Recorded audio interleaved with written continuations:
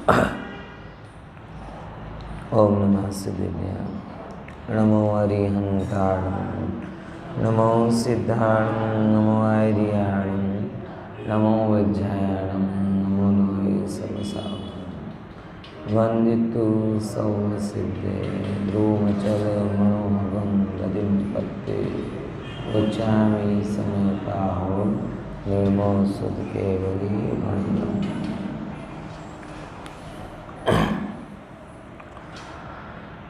कल एक इम्पोर्टेंट बात के ऊपर चर्चा की थी कि तन्मयता कर्तापने की अनिवार्य शर्त है।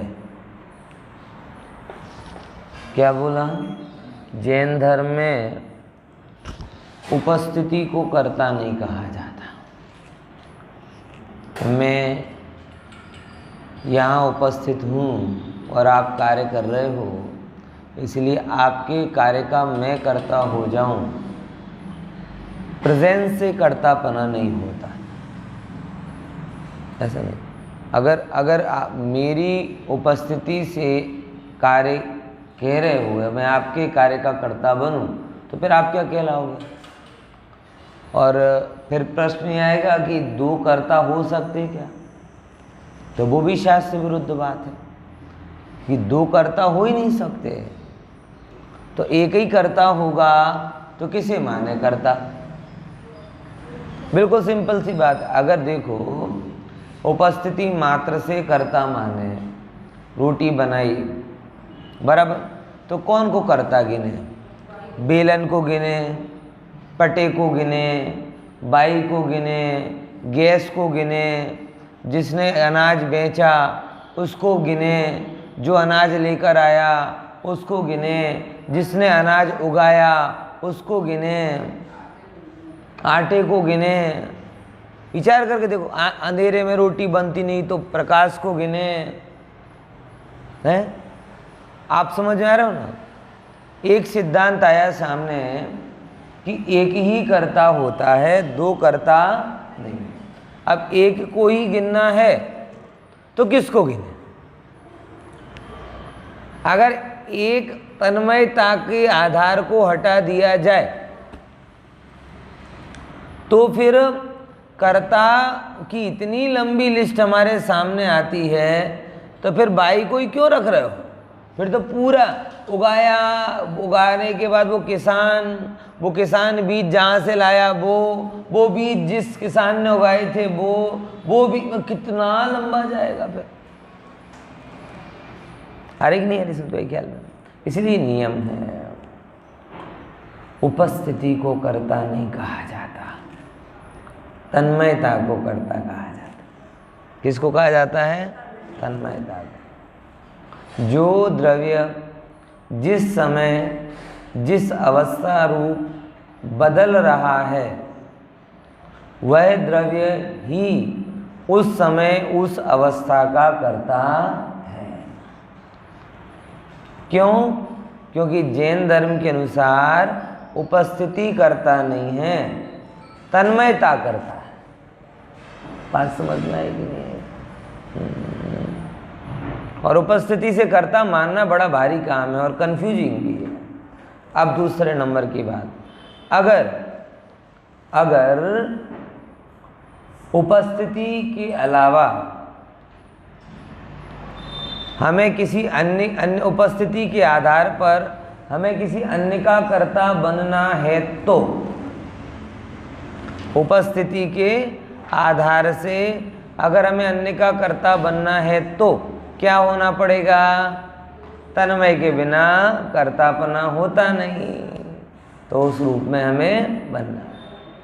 और पर रूप हम तन्मय हो सकते नहीं, तो पर का कर्ता हम बनना चाहते हैं, पर का कर्ता हम बनना चाहते हैं और पर में तन्मय हो पाते नहीं। फिर क्या होगा? मतलब ये समझो, ऐसे समझो, आपको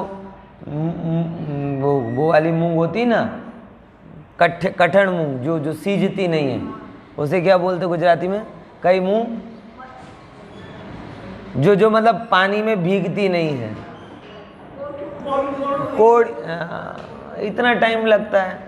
समय सार का प्रश्न थोड़ी किया था, संसार का प्रश्न किया था। अब आप समझ रहे हो। अब आपके पास में एक कटोरी, आपको मूंग का नाश्ता करना है और आप क्या कह रहे हो कि उस मूंग को कर रहे हो। कौन सी मूंग? जो पानी में भीगती नहीं। अब आपने है, हाँ, ठर्रा मूंग। अपने यहाँ पे तो वो तो शब्द पता है, ठर्रा मूंग बोलते उसे। है, अब आप लगे हो, आप उसको उस पानी रूप परिणमित कराने की कोशिश कर रहे हो। रोज गुस्सा कर रहे हो, ये कैसी मूंग है, ये पानी को ग्रहण ही करती नहीं है, ये फलानी है, देखो हम भूखे मरे जा रहे हैं, ये कुछ सोचती नहीं है, क्या मालूम है नसीब ही खराब है। अरे भाई नसीब नहीं भाई, तू सोच, तू उसको उस रूप परिणमित कराना चाहता है जिस रूप वो परिणमित हो सकता। गलती उसकी नहीं है, उसने तो पहले ही बोल दिया कि हम पानी रूप तन्मय नहीं।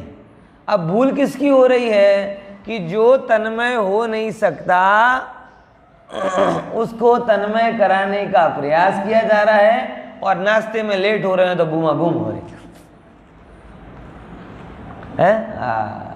यार ये प्रॉब्लम ये है। वो कह रही है कि मेरे अंदर देखो, तुम मेरे अंदर में अब पानी में तन्मय होने का गुण नहीं रहा, इसलिए तुम कितना ही चढ़ाओगे मैं नहीं चढ़ूंगी, तुम कितना ही भिगोगे मैं नहीं भीगूंगी। समझा? तुम जमीन में डबे पत्थर हो गई हूं, ऐसे क्या हो गया। अब उसको तुम अपने अनुसार परिणमित कराने की कोशिश करेंगे हम, तो उसमें परिणमन होगा नहीं, और दुख हमें होगा। हर एक द्रव्य दूसरे द्रव्य के लिए ठर्रा मूंग है। कौन सी मूंग है? आपकी भाषा में कौन सी मूंग है? कोड़ू। हाँ, कोड़ू, वो वाली मूंग ग्रहण करते हैं। अब हर कोई अपने को अपने अनुसार चलाना चाह रहा है। बेटे को सास क्या है, बहू को अपने हिसाब से चलाना चाहती है, माँ बेटे को अपने हिसाब से चलाना चाहती हैं, पत्नी पति को अपने हिसाब से चलाना चाहते हैं। अरे भाई सब एक द्रव्य दूसरे द्रव्य के लिए क्या है, ऐसे हर अपने हिसाब से ही चलेंगे, और तुम्हें कर्ता बनने की जरूरत नहीं है। तुम्हारे पास दो ऑप्शन हैं, या तो जैसा है वैसा स्वीकार करो, बराबर क्या बोला, जैसा है वैसा स्वीकार करो, अथवा दूसरा भाव ये है कि अपने अंदर में इतने तन्मय हो जाओ, इतने तन्मय हो जाओ कि सहज तुम्हारा पुण्य का उदय आए, और तुम्हारी पुण्य वर्गणाओं के कारण वो तुम्हारे अनुकूल प्रवर्तन करने लगे। तुम्हारे विकल्पों से नहीं होगा, ध्यान रखना। व्यवस्था ये है। अपूर्व भाई जैसे आप बैठे, अब मुझे आपको फोटो ट्रांसफर करनी हो, बराबर ख्याल में। अब वो कितना, अब मैं सोचूं कि यार इस मोबाइल को कहाँ से फोड़ के फोटो निकालूं इसके अंदर से, सहजता के। अभी तो अपने को सिस्टम पता है, तो अपूर्व भाई ने पर्यूषण में फोटो निकाली, रथ यात्रा में फोटो निकाली, तुरंत कह देते हैं अपूर्व भाई फोटो ट्रांसफर कर देना ना, बराबर। अब दूसरा कोई आदमी है, आपको ये सिस्टम पता ना हो, अब हम कैसे निकालें इसमें से, फोड़ के निकालें कि पीस कर निकालें कि आधा खोल कर खींच के निकालें, फोटो निकालें तो निकालें कैसे, कैसे शेयर करें। अब इसमें आ तो गई, जाएगी कैसे, और आपको सिस्टम पता है तो कोई तकलीफ नहीं होती, फट से गए, अटैच किया और शेयर। कितना सेकंड लगता है, ख्याल में है ना। यही बात है, अनुकूल कराने की जिद और अनुकूल होने की व्यवस्था का ज्ञान, ये दो अलग। जिद करने से व्यवस्था नहीं बदलती। नहीं तुम्हें देना ही पड़ेगा, फोटो देना ही पड़ेगा, कैसे नहीं दोगे, मैं जिद करने से क्या होगा, तोड़ फोड़ के एक तरफ कर दोगे। हम क्या करते हैं, एक दूसरे को अनुकूल बनाने की जिद करते हैं। भगवान कहते तेरी जिद व्यर्थ है, तेरे पास दो ऑप्शन थे। कौन सा? एक तो जैसा है वैसा स्वीकार कर, बराबर। तो जैसे भगवान है, भगवान को कोई जिद नहीं है। तुम नरक में जाओ तो तुम्हारी इच्छा, मोक्ष में जाओ तो वेलकम, रात को खाओ तो तुम्हारी इच्छा, संयमित भोजन करो तो वेलकम। मतलब ज्ञान सबका दिया, जिद किसी के प्रति नहीं रखी। एक भगवान का मार्ग, बराबर। दूसरे नंबर की बात क्या है कि तुम अपने योग उपयोग के करता हो ना, तो अपने योग और उपयोग में इतनी पवित्रता रखो, इतनी पवित्रता रखो कि तुम्हारे अंदर में सहज पुण्य का बंध हो। और सहज पुण्य का बंध जिनको होता है उनके अनुकूल तो 6 खंड हो जाता है। तो घर के 6 सदस्य नहीं होंगे क्या? ध्यान रखना, बेईमानी मत रखना कि दूसरों को अनुकूल करने के लिए पवित्रता कर रहा हूं, ये भ्रम मत करना। पवित्र करना, क्यों? क्योंकि पवित्र होना अच्छा है।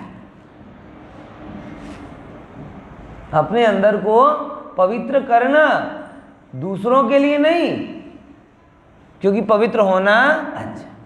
ये बिल्कुल ऐसा ही है कि भले हम फैशनेबल कपड़े भले ही दूसरों के लिए पहने, लेकिन स्वच्छ साफ कपड़े तो खुद के लिए पहनते ना। लॉकडाउन में कोई कहीं नहीं गया था, सब घर में ही थे, तो इसका ये मतलब थोड़ी था कि 15-15 दिन तक ही कहीं पैंट शर्ट पहने रहे। पार्टी वेयर नहीं पहना, क्योंकि पार्टी वेयर हम अधिकतर किसके लिए पहनते हैं? दूसरों के लिए कहते हैं। ये तो 100% कोई ना बोले तो मैं मानूंगा नहीं। कारण ये है क्योंकि उन वस्त्रों में सहजता का 100% अभाव है? लेकिन स्वच्छ साफ कपड़े ये आप किसी दूसरे के लिए नहीं पहन रहे। स्वच्छ साफ कपड़े आप किसके लिए पहन रहे हो? खुद के लिए पहन रहे हो।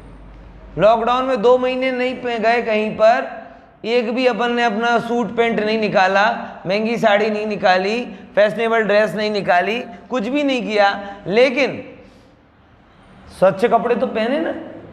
क्यों? वो किसी अन्य के लिए नहीं, वो किसके लिए हैं? स्वयं के लिए। तो पवित्रता हमारे लिए पार्टी वेयर नहीं है। आई कि नहीं? यही समझ में बात अबुल भाई? पवित्र रहना ये हमारे लिए पार्टी वेयर नहीं है कि कोई दूसरा हमें उस पवित्रता के आधार पर जज करे।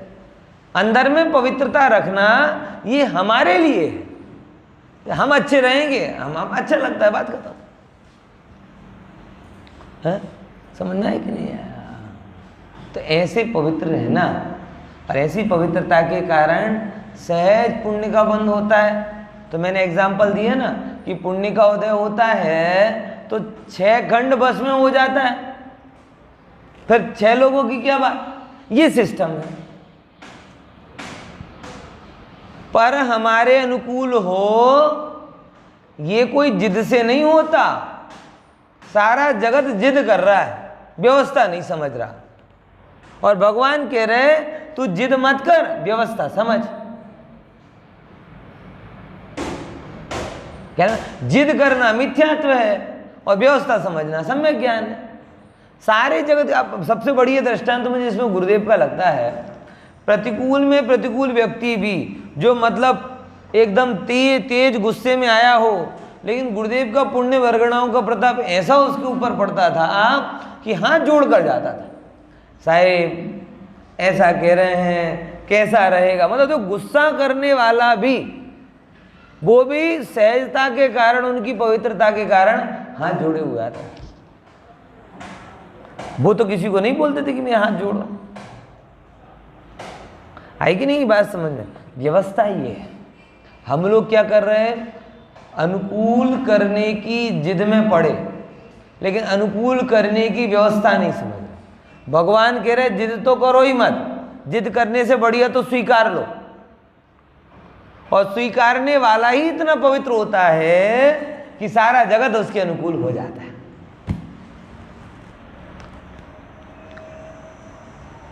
समझ में आया? ऐसे नहीं कर पाओगे आप। अपने परिवार को, अपने अंदर में पवित्रता नहीं रखो, अंदर में क्रोध रखो, अंदर में कषाय रखो, अंदर में विकार रखो और कोई मेरे साथ खड़ा हो जाए, सब मेरे अनुसार चलें, होता है क्या ऐसा?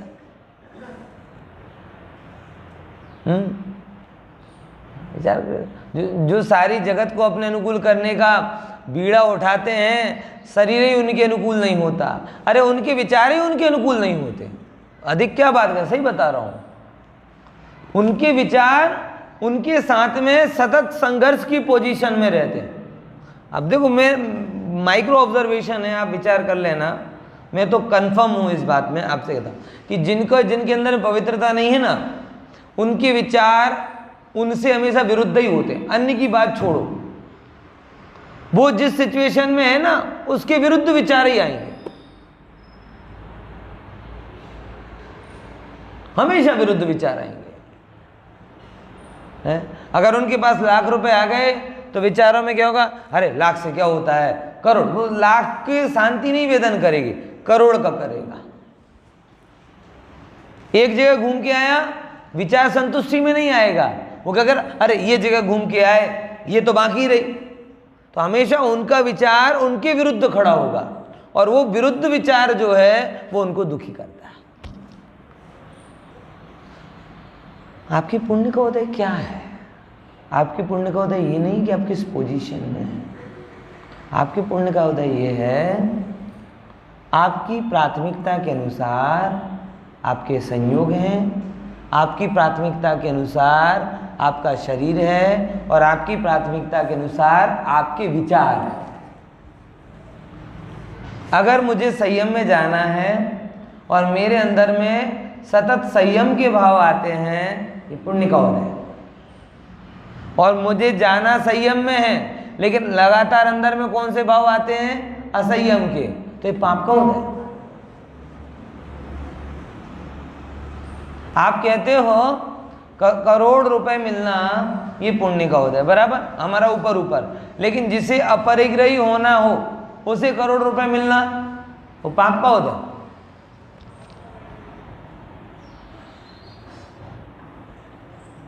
आप समझो, व्यवस्था को समझो। जिस दिशा में नाव का गंतव्य नक्की किया हो उस दिशा में पवन चले, वो पुण्य का उदय, कि जिस दिशा में नहीं किया उस दिशा में पवन चले, वो पुण्य का उदय। ईमानदारी से बातें समझना। क्या बोला लाइन ख्याल में? पहले होते ना पाल वाले जहाज, बराबर, तो अपने को जाना है यहां पर, बराबर, पाल लगा है। अब पवन कैसी चले तो क्या रहेगा? आपको श्रम बिल्कुल आसान रहेगा। अरे पाल को छोड़ो, जहाज को छोड़ो, पतंग को पकड़ो। पतंग उड़ानी है और वहीं पवन चले तो बढ़िया, फटाफट उड़ जाती। और उड़ानी है और पवन ना चले तो ठुचुक ठुचुक ठुचुक ठुचुक, तो पाप का उदय। अब आप समझना, पुण्य पाप के उदय को वस्तु में नहीं नापा जा सकता। पुण्य पाप का उदय आपके लक्ष्य के अनुसार संयोग से नापा जाता है। अगर आपको जिनवाणी पढ़नी है, अंदर से ऐसी इच्छा है कि जिनवाणी पढ़ने का लाभ मुझे मिले, क्यों? क्योंकि इससे मेरे अंदर की शांति आएगी। अब आपको जिनवाणी मिल रही, सुनाने वाले मिल रहे, संयोग मिल रहे और आपके अंदर में लगातार ये भाव आ रहा है। इससे क्या, भाव आना बहुत जरूरी है, नहीं तो आप संघर्ष में हो जाओगे, जीवन में शांति चली जाएगी। मतलब एक बार मन में ऊपर ऊपर नक्की किया कि पढ़नी है, लेकिन भाव नहीं पढ़ने के आते हो तो आपको पढ़ने के लिए डबल मेहनत करनी पड़ेगी। मतलब आपने नक्की किया है पढ़ना है और सुबह उठते से ही मन में भाव आए कि नहीं अब दौड़ के कहाँ जाना है, मंदिर, ये पुण्य का उदय। और आपने नक्की किया पढ़ना है और मन में यह है कि चलो दौड़ने के लिए जाएं, दौड़ के योगा करने के लिए जाएं, दौड़ के जिम जाएं। अब आप किस मोड में आ गए? संघर्ष के मूड में आ गए, तो पाप का होता है। बात समझ में आ रही कि नहीं आ रही? हमें अभी समझ नहीं हो पा रही क्लियर। हम लक्ष्य कुछ बना रहे हैं, संयोग किसी में पड़े हैं और फिर कह रहे हैं काम क्यों नहीं हो रहा है? करना आत्मदर्शन है और दूरदर्शन से फ्री नहीं हो रहा है, मोबाइल दर्शन से फ्री नहीं हो रहा है, जिनवाणी उठाने का भाव नहीं हो रहा, अब आत्मदर्शन कैसे होगा?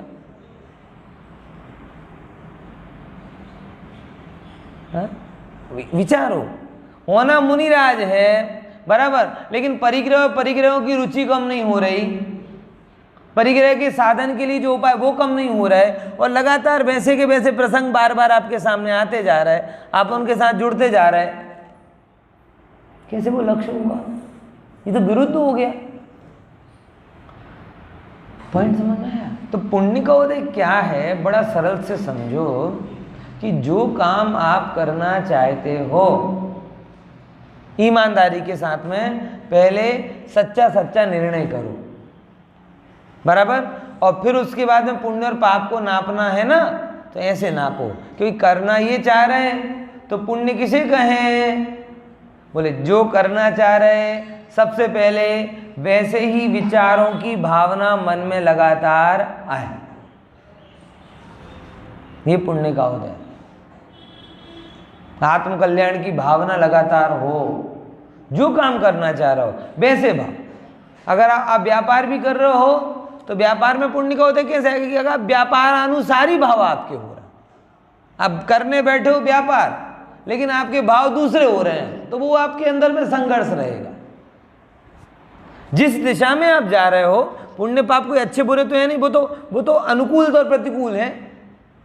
जैसा आपको करना है वैसा मिल रहा है, अनुकूल पुण्य का होता है, जैसा करना है वैसा नहीं मिल रहा, प्रतिकूल। अब भले कितनी अच्छी चीज हो, क्या फर्क पड़ता है? समझ में आया कि नहीं आया? एसी अच्छा कि बुरा, शूट होता हो तो अच्छा, नहीं होता हो तो बुरा है।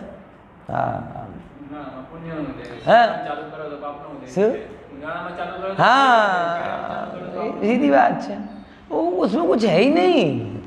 हमें भी पुण्य पाप को पता ही नहीं है, हमने तो टैग लगा दिया है वस्तु में, ये पुण्य, वो पुण्य पाप नहीं है, वो वस्तु है,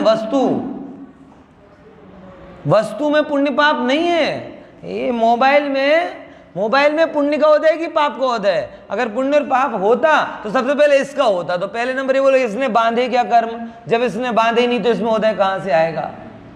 और जो स्वयं पुण्य पाप रूप नहीं है वो तुम्हारे लिए पुण्य पाप रूप कैसे होगा? अग्नि गर्म है ना तो तुम्हारे लिए गर्माहट का कारण बनती है, पानी शीतल है ना तो तुम्हारे लिए शीतलता का कारण बनती है। अब इसमें स्वयं पुण्य पाप नहीं है तो तुम्हारे लिए पुण्य पाप को होता है क्या? तो फिर ये जगत में चल क्या रहा है? बोले कुछ नहीं है, भ्रमणा।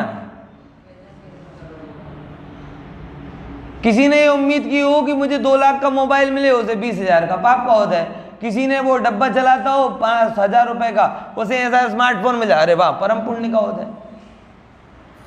मेरा ये मोबाइल बेचूंगा, अगर पुराना हो गया, इनकेस बेचूं, तो कोई लेने वाला भी पुण्य का उदय समझ कर ही लेगा ना, पनौती जानकर थोड़ी लेगा।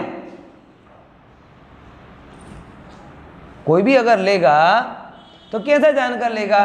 भला जानकर लेगा ना, पनौती जान। हमें उसको बोलूं कि मोबाइल है, पनौती है,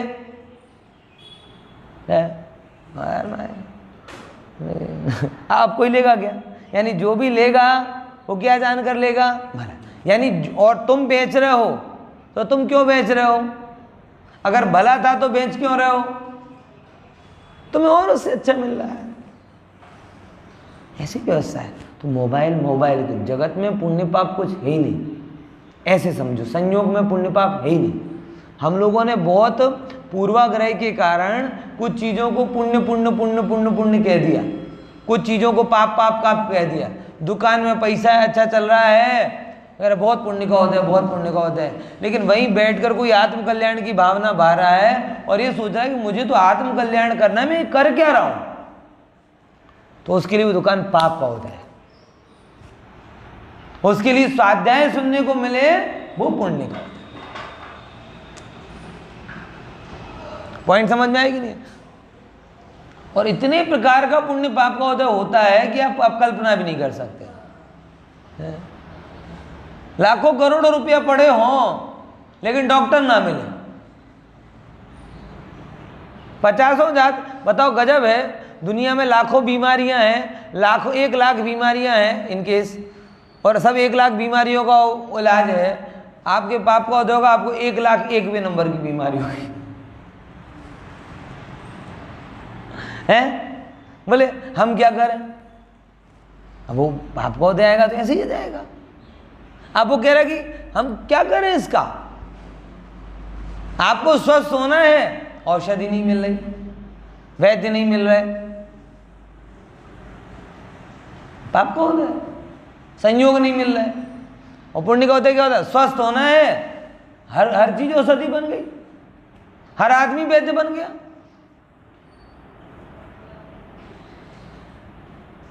मतलब ये बड़ी गलत अलग व्यवस्था है। एक जो टैगिंग की जो व्यवस्था होती है हमने सब जगह लगा के रखी, ये पुण्य है, ये पुण्य नहीं है भाई साहब। पुण्य किसे कहें कि जो करना चाहते हो अंदर से लगाना चालू करो, बाहर में बाद में जाना। किसे पुण्य का होता है कहें? सतत संघर्ष की कंडीशन में जो हो उसे पुण्य का होता नहीं कह सकते, वो तो रणभूमि में है। आप रोज अपने आप से लड़ते हो, तो काहे का पुण्य का होता है? भले ही बाहर आप बड़ी गाड़ियों में घूम रहे हो, अच्छे मकान में रह रहे हो, लेकिन रोज क्या कर रहे हो? अपने से ही लड़ रहे हो। रोज पैसा गिनते याद आता है, अरे यार ये थोड़ी करने लायक काम था। रोज रसोई बनाते हो, अरे यार ये थोड़ी करने लायक काम था। रोज मतलब रोज अपने आप से लड़ो, ये पुण्य का होता थोड़ी है। कैसा पुण्य का होता है? देखो बहुत सिंपल, जो आपको करना है सबसे पहले क्या होना चाहिए? आपके अंदर में वैसे भाव हो, फिर आपका शरीर उन काम को करने के लिए अनुकूल हो, दूसरा पुण्य का होता है। और तीसरा क्या?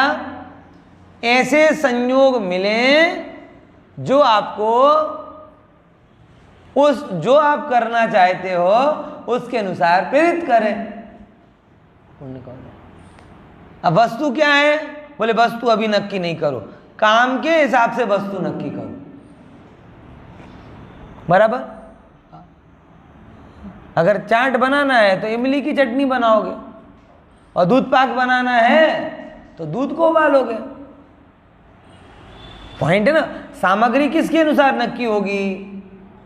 क्या बनाना है इसके अनुसार आप नक्की करते हो ना। सबसे पहले माताएं बहनों का यक्ष प्रश्न होता है, शाम को क्या बनेगा? तो नक्की करते हो, फिर सामग्री इकट्ठी करते हो ना।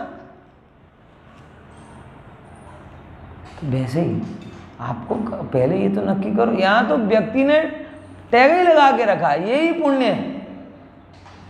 अब मुझे अगर कहीं बाहर घूमना अच्छा नहीं लगता, मुझे घर में बैठना अच्छा लगता है, तो मेरी मर्सिडीज गाड़ी काहे का पुण्य का होता है?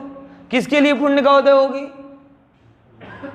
है पर हुए ना माटे मर्सिडीज हो पड़े ने घरे टीवी जो गमतू हुए पण आंखों फूटी गई, चश्मा મળતો નથી, केबल चालतू નથી, पाप नो होता है। आई कि नहीं? गणित ख्याल में आ रहे कि नहीं आ रहे? तो सबसे पहले मैं आपको ये बताना चाहता हूं कि पहले आप ये नक्की करो कि मैं करना क्या चाहता हूं। सम्यक दृष्टि जीव कैसा होता है? बोले सम्यक दृष्टि जीव का सबसे बढ़िया काम ये होता है कि वो क्या करना चाहता है ये उसे पूरी तरीके से पता है। और मिथ्या दृष्टि जीव की सबसे बड़ी भूल क्या है कि वो क्या करना चाहता है उसे पता ही नहीं। इसीलिए सम्यक दृष्टि का मार्ग है और मिथ्या दृष्टि का मार्ग भूल भुलैया है।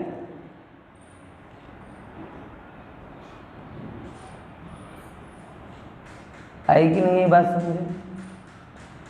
फिर एक रीते नहीं, एक रीत बधी ज रीते। बाहर में तो क्या था है? बाहर में तो आरोप आवे, क्योंकि बाहर थी थाय तो बधाना एक जेवी सिच्युएशन में सरकी साथ था। एनो लाइव एग्जाम्पल अत्यारे मारो ऑफिस है। હવે સેન્ટ્રલ એસી થઈ ગયો, હવે રોજ નહીં માથાકૂટ, કોઈએ 24 ડિગ્રી જોઈએ, કોઈએ 27 ડિગ્રી જોઈએ, કોઈએ 22 ડિગ્રી જોઈએ, તો કોઈ એક એક્સ્ટ્રા ટી શર્ટ પહેરીને આવે અને એક બંડી પણ કાઢીને આવે. કેમ? जिसको बहुत गर्मी लगती है, जिसे बहुत गर्मी, अब क्या है रिमोट हाथ में तो रहा नहीं, सेंट्रल एसी हो गया. पहले तो क्या था, सबके अपने अपने अलग अलग थे, पुराना ऑफिस था, सब अपने अपने हिसाब सेट कर लेते. अब सेंट्रल एसी हो गया. अब रिमोट गया हाथ से, अब क्या करें, जो है वैसा चलाना पड़ेगा. तो जो 22 में अच्छा लगता था जैसे, उसे 25 मिलता है तो गर्मी लगती है, तो बंडी भी निकाल के आता है, अकेले टी शर्ट पहन के आ जाएगा.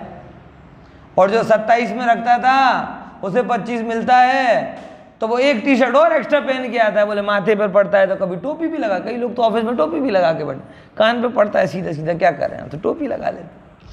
अब एसी क्या करें, तो साता असाता एसी में है ही नहीं, साता असाता तुम्हारे वेदन में है. ये गणित कोई समझ जाए ना तो सबसे पहले सुलझ जाए. मैं बहुत, देखो, व्यक्ति को मूलभूत चीज़ों में समय देना चाहिए. आज की समस्या ये है, बाहर की चीज़ों के लिए समय देगा, घर की अगर डिज़ाइन करनी हो ना, घर की डिज़ाइन करनी हो अपूर भाई, बराबर, तो कितना समय देते, ये दीवार एक इसके लिए फॉर्मिका के लिए 50 चक्कर लगाओ, ये वाली अच्छी है कि वो वाली अच्छी है, कलर करना हो तो 50 चक्कर लगाओगे. हैंडल, पंखे, एक एक चीज़ में कितना समय देते. बाहर की डिजाइनिंग में इतना समय, और अंदर में कभी झांक कर ही नहीं देखते कि मुझे चाहिए क्या है. इसीलिए मैंने एक लाइन कही थी, बड़ी गहरी और मार्मिक लाइन है, कि सम्यक दृष्टि का मार्ग मार्ग है और मिथ्या दृष्टि का मार्ग मार्ग ही नहीं है, भूल भुलैया. उसे पता ही नहीं है कि उसे जाना कहाँ,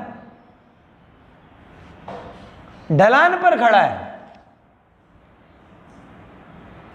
जहां का झटका लगता है वहां पहुंच जाता है. और झटके दो ही होते हैं, या तो अंदर की इच्छा का या बाहर के संयोग का.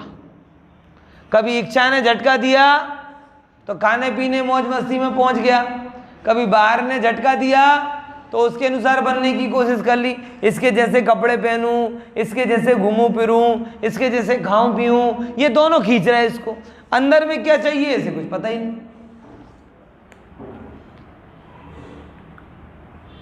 बोले बात सही की गलत. इसलिए मिथ्या दृष्टि ढलान पर खड़ा है, मतलब जो जिस तरफ खींच ले उस तरफ चला जाए, और सम्यक दृष्टि मार्ग पर खड़ा है. सम्यक दृष्टि खड़े दोनों हैं कदाचित, लेकिन सम्यक दृष्टि को पता है कि यहां जाना है, इस तरीके से जाना है, और मिथ्या दृष्टि को तो पता ही नहीं है कहाँ जाना है और कैसे जाना है. उसने तो दो चीजें कर ली भाई, जिस मन की जो इच्छा हुई वो कर लिया. कभी खाने की इच्छा हुई तो खा लिया ना, उपवास करने की इच्छा हुई तो उपवास कर लिया. पूछो कि उपवास क्यों किया, वो भी पता नहीं, और खाया क्यों, वो भी पता नहीं. और सम्यकदर्शी खाएगा तो भी पता है, और उपवास करेगा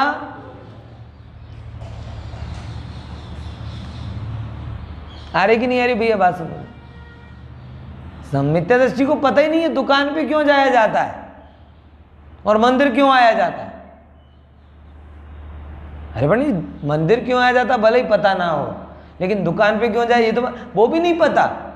दुकान पे तुम धन कमाने जाते हो, लेकिन धन क्यों कमाते हो ये तो नक्की करो. नहीं, उसका तो बड़ा सिंपल नियम है पंडित जी. मेरे बड़े भाई का आमदनी लाख रुपए की है तो मेरी 1.25 लाख होनी चाहिए. है? बराबर है? ये कोई नियम है? उसके खर्चे के हिसाब से उसकी आमदनी होगी, तुम्हारे खर्चे के हिसाब से तुम तुम्हारी आमदनी नक्की करो. मतलब अगर ये आजीविका है तो रोग नक्की करो. अब पूरे बड़ी मनोवैज्ञानिक बातें बोल रहा हूं मैं, आप समझना गहराई से.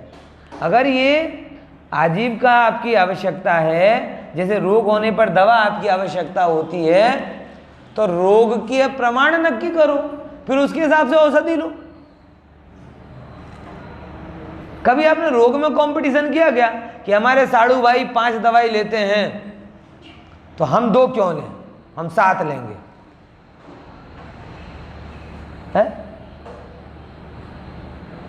उनके रोग के प्रमाण से वो दवा ले रहे हैं, तुम्हारे रोग के प्रमाण से तुम दवा लो। लेकिन अंदर में कोई झांकने नहीं चाहता। उनकी जीवन मैंने देखा है, पैसा कितना चाहिए बताओ, हर एक की अपनी अपनी आवश्यकता है। अगर घर में बुजुर्ग ज़्यादा हैं, बराबर बीमार हैं, तो उसको आवश्यकता अधिक होगी। बच्चे हैं, पढ़ रहे हैं, तो उसको आवश्यकता अधिक होगी, है? अगर घर में 2 व्यक्ति हैं, स्वस्थ हैं, तो आवश्यकता कम होगी। लेकिन कभी आप कमाने के पहले ये विचार करते हो?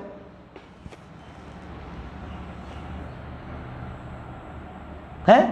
तब तो वो मतलब झोला खुला रहता है, जितना आए। कभी ये नहीं सोचते कि जब 2 व्यक्ति हैं, 3 व्यक्ति हैं, आगे पीछे कोई है नहीं है, वास्तविक जरूरत कुछ है नहीं है, भोगों में जाना नहीं है, तो ये कमाना क्यों पड़े? आत्मा की आराधना ना करें, झोला बंद करो और आत्मा की आराधना में लग जाओ। कोई नहीं विचारना चाह रहा। आज पता नहीं क्यों ये बातें क्यों आ रही हैं, वो पूरा समय सार से थोड़ा हट के अलग बातें आ रही, लेकिन बहुत अच्छी बातें आ रही है। विचार करना सब बात, ये मनोवैज्ञानिक बातें हैं। दवा औषधि आप दवा के प्रमाण में रोग के प्रमाण में लेते हो, तो आजीविका भी आपको इच्छा और आवश्यकता के प्रमाण में लेनी चाहिए। और जैसे रोग पूरा हो जाए उसके बाद भी दवा लेते जाओ। हम तो बचपन से लेते आ रहे हैं, अरे बचपन में रोग था, अब नहीं है? नहीं, प्रोग्रेस होनी चाहिए ना। कभी आपने दवाई में की ना कि बताओ बचपन से 20 mg की गोली लेके आ रहे हैं थायराइड की, अब कभी तो 50 करनी चाहिए ना। रोग नहीं बढ़ा है तो अच्छी बात है ना, उसमें आपको वो दुखी होने की क्या जरूरत है। लेकिन आजीविका में ऐसा हो जाए, बताओ कोई प्रोग्रेस ही नहीं, कोई प्रोग्रेस ही नहीं, कोई प्रोग्रेस ही नहीं है। समझ में आया है? ये जीवन में इतनी बड़ी विडंबना चल रही है, इसीलिए हम आजीविका से जी नहीं रहे, आजीविका के चक्कर में मरे जा रहे हैं, आजीविका के चक्कर में जीवन को भूले जा रहे हैं, आत्मकल्याण को भूले जा रहे हैं। और ये सारे भौतिकवादी लोग आपको विचारने भी नहीं देंगे। 20-22 साल की उम्र से जब आप इस चक्र में घुसते हो तो उनके पास कोई रिटायरमेंट प्लान नहीं होता, क्योंकि उनकी गणित मार्केट से ज्यादा पैसा कमाना है। बस क्यों कमाना है इसका तो विचार यानी कहते पहले नक्की करो। आवश्यक देखो, हम ये नहीं कह रहे, व्यवहारिक जीवन हम भी जी रहे हैं, हमें भी पता है कोई धन आदि की आवश्यकता होती है, लेकिन कितनी जरूरत, आवश्यकता अनुसार। देखो व्यसनों की तो कभी पूर्ति अपने को करना नहीं, सारी इच्छाएं पूरी कभी होती नहीं, बराबर। और सारी इच्छा पूरी करने का विकल्प मन में रखना ये महामूढ़ता है, क्योंकि आप जितनी तैयारी करोगे आगामी संकट उससे अधिक आएगा। इमरजेंसी नाम की चीज वो तो हमेशा रहने वाली है, इसलिए ना तो इमरजेंसी के लिए काम होता, न व्यसनों के लिए कमाई होती, ना विकारों की पूर्ति के लिए होती। किसके लिए होती है? केवल आजीविका, जीवन निर्वाह के लिए। अब वो कैलकुलेटिव करो, ये गणित कोई नहीं सिखाता जगत। अगर आप ये सीखने लगे तो समझ लेना कि आपको जो करना है उसके अनुसार आपको विचार आएंगे, आपको जो करना है उसके अनुसार आपके भाव आएंगे, आपका शरीर साथ देगा और फिर उसके अनुसार आपके संयोग मिले। बाकी तो घूरते रहोगे धन सामग्री को, लेकिन समझ नहीं पाओगे करें तो करें क्या। पर्याय पूरी होगी और फिर हम कहाँ होंगे? फिर यही धन वैभव जो हमने इकट्ठा किया उसके लिए ही हमारी संतति लड़ रही होगी।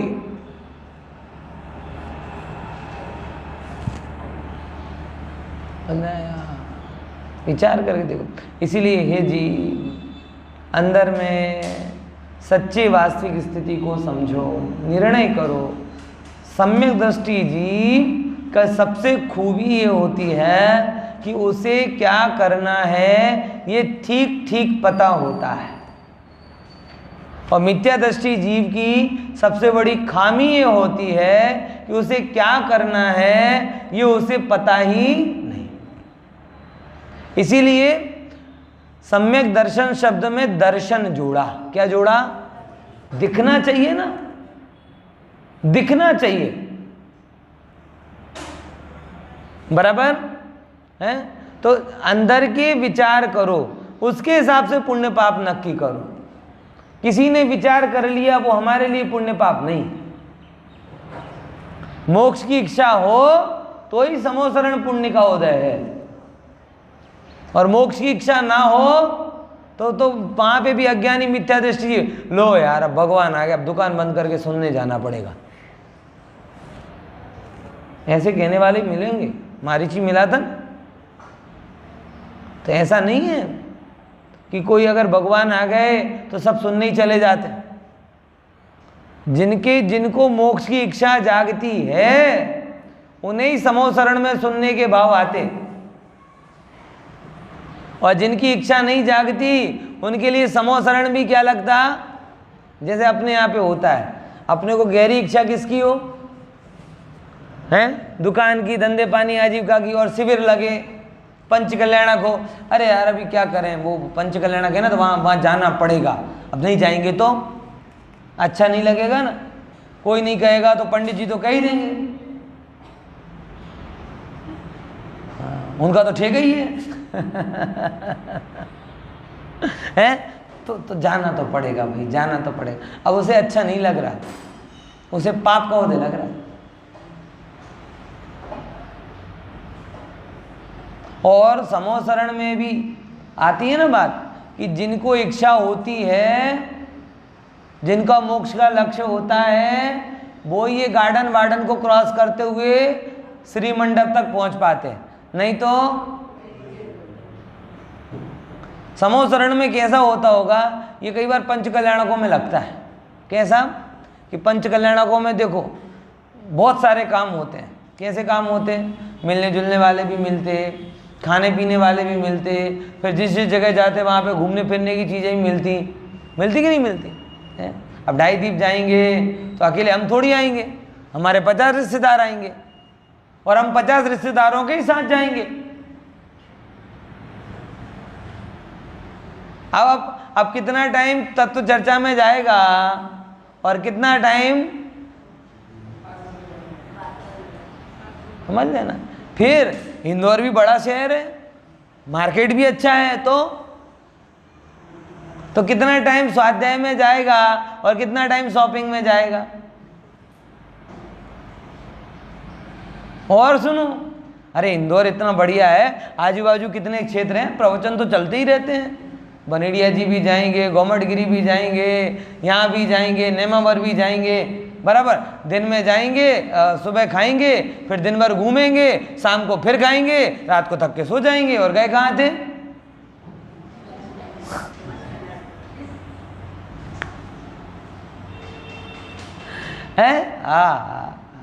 यहाँ से मुझे समोसरण की व्यवस्था ख्याल में आती है कि जिनको इच्छा नहीं हो वो समोसरण में भी कैसे चूकते हैं। ऐसे जैसे अपन ये श्री मंडप, जैसे समझे ना, कोई भी पंच कल्याणक शिविर हो, वहां जो व्याख्यान हॉल है ना, वो क्या है? श्री मंडप, और बाकी का फ्री मंडप।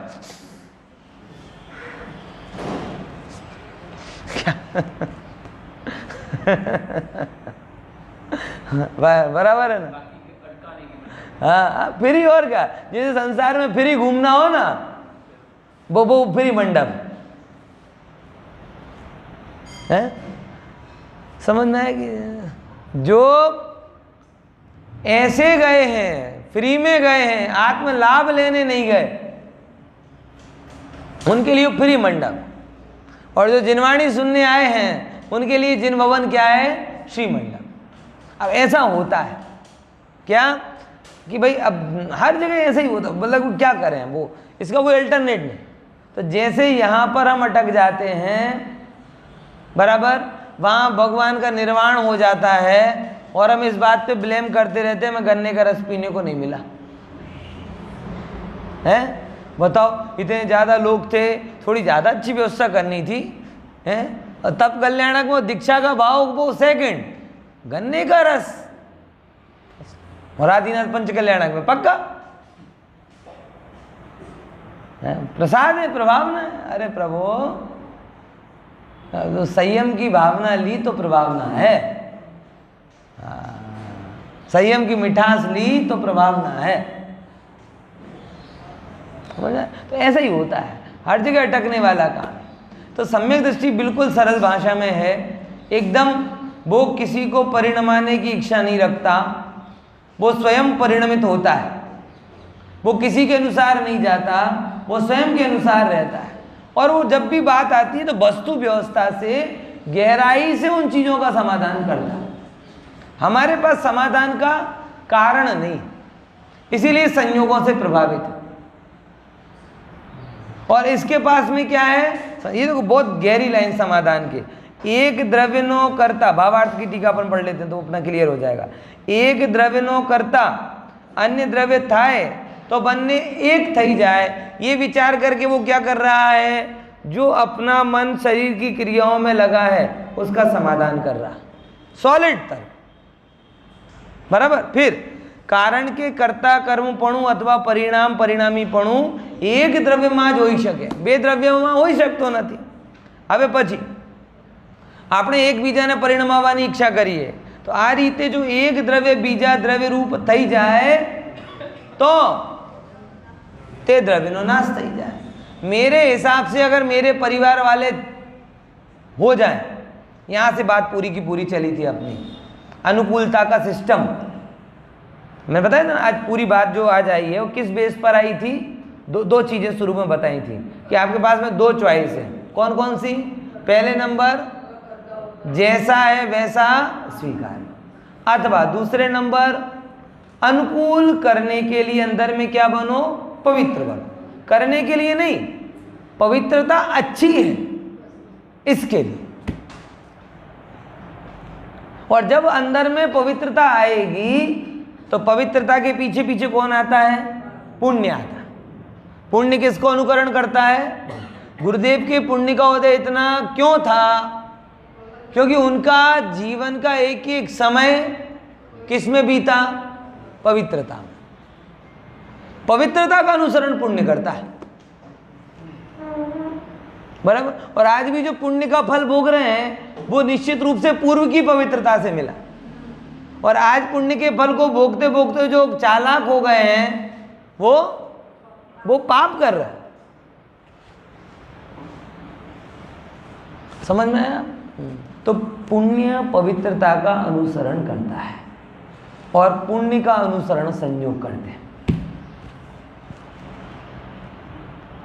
पुण्योदय होता है सब। मैंने सीधा सीधा दृष्टांत बताया आपको, किसका? चक्रवर्ती का, कि हम दो व्यक्ति घर में रहते हैं और एक दूसरे के अनुकूल नहीं होता। और चक्रवर्ती का कुनबा कितना बड़ा था? राजपाट के रूप में 6 खंड, और घर परिवार में देखने आओ तो इतने सारे, लेकिन सब अनुकूल थे। अनुकूल करने का प्रयास नहीं भी किया तो भी, क्यों? क्योंकि कोई किसी के अनुकूल कैसे होगा? अब हम वो पवित्रता के लिए लक्ष्य ना बनाए और बल जबरी से अनुकूल करें। गुण होते हैं, व्यक्ति अपने आप झुक जाता है। जिनके पास गुण नहीं होते वो क्या कहता, अरे बड़ा हूँ, मोटो छू, नाम लईने बोलावे छे।